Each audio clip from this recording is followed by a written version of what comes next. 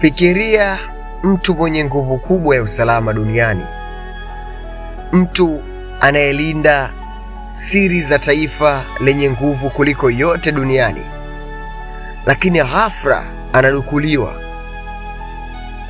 Bana, hii sio filamu, hii ni hali halisi.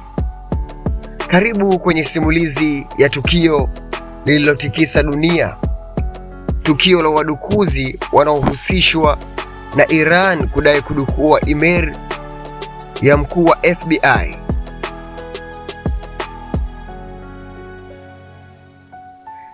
Siku chache zilizopita, kundi la wadukuzi linalojiita Handara lilitoa taarifa nzito mtandaoni wakidai wamefanikiwa kuingia kwenye akaunti binafsi ya barua pepe ya Kash Patel.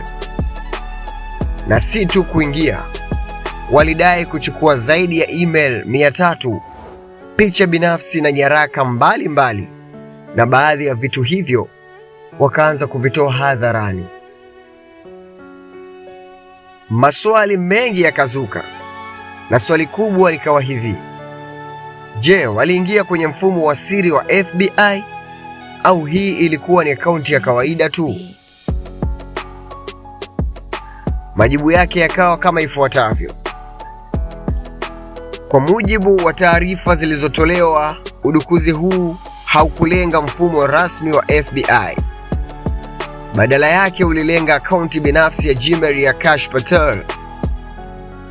Hii ni muhimu sana kuelewa, kwa sababu watu wengi walidhani kwamba siri za Marekani zimevuja hadharani. Lakini ukweli ni kwamba hakuna ushahidi kuwa mifumo ya ndani ya FBI ilidukuliwa. Hata hivyo, hii haipunguzi uzito wa tukio hili, kwa sababu kama mkuu wa FBI anaweza kudukuliwa kwenye akaunti yake binafsi, je, sisi wa kawaida tuko salama kweli? Wataalamu wa usalama wa mtandao wanasema tukio hili linaonekana kuwa na malengo makubwa zaidi ya kuiba taarifa. Lengo kuu linaonekana kuwa kumwaibisha, kumdhalilisha na kutuma ujumbe wa kisiasa. Na hii ni aina ya vita vya kisiasa vinavyoitwa cyber warfare, vita vya kimtandao. Hakuna risasi, hakuna mabomu, lakini madhara yake yanaweza kuwa makubwa kuliko vita vya kawaida. Kundi la Handara si geni kwenye ulimwengu wa udukuzi. Limewahi kuhusishwa na mashambulizi mbalimbali dhidi ya taasisi za Marekani na Israel.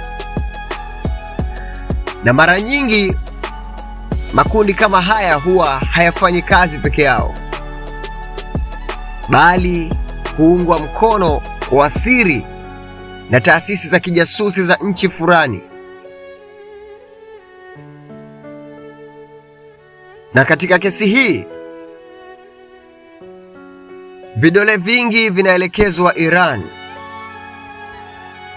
Lakini kama kawaida ya siasa za kimataifa, hakuna anayekubali moja kwa moja.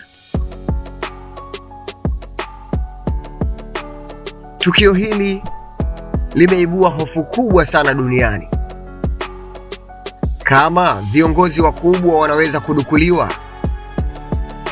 maswali yanakuja: je, vipi kwenye makampuni?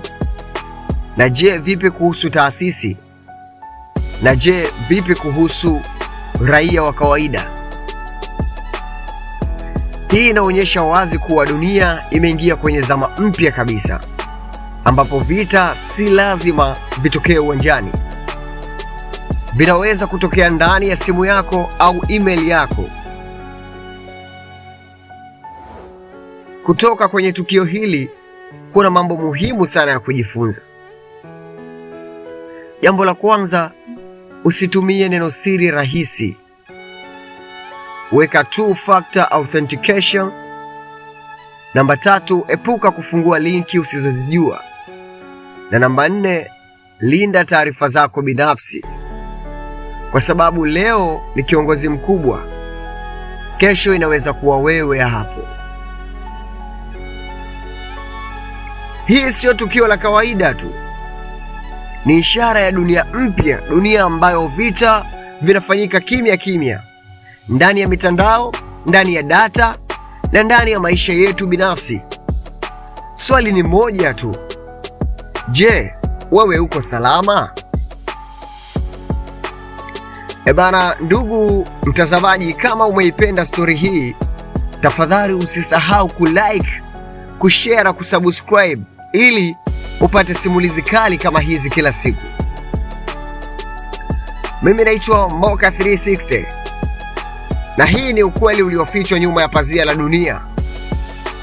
Tuonane kwenye story nyingine kali zaidi. Hii hapa ni 360 on air. Karibu sana.